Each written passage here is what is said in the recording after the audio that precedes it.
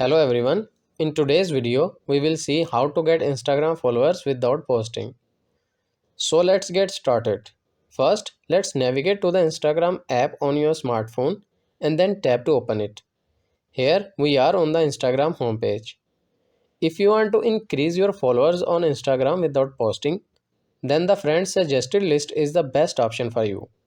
You can see this list while you are scrolling your Instagram feed.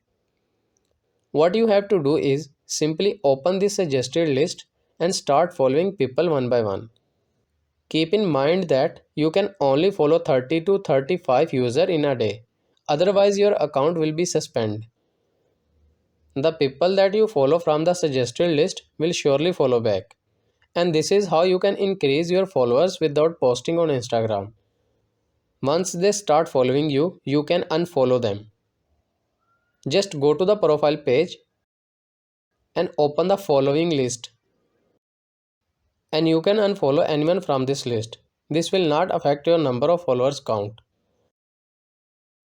I hope this video is helpful for you. For more information, please subscribe our YouTube channel and thank you for watching.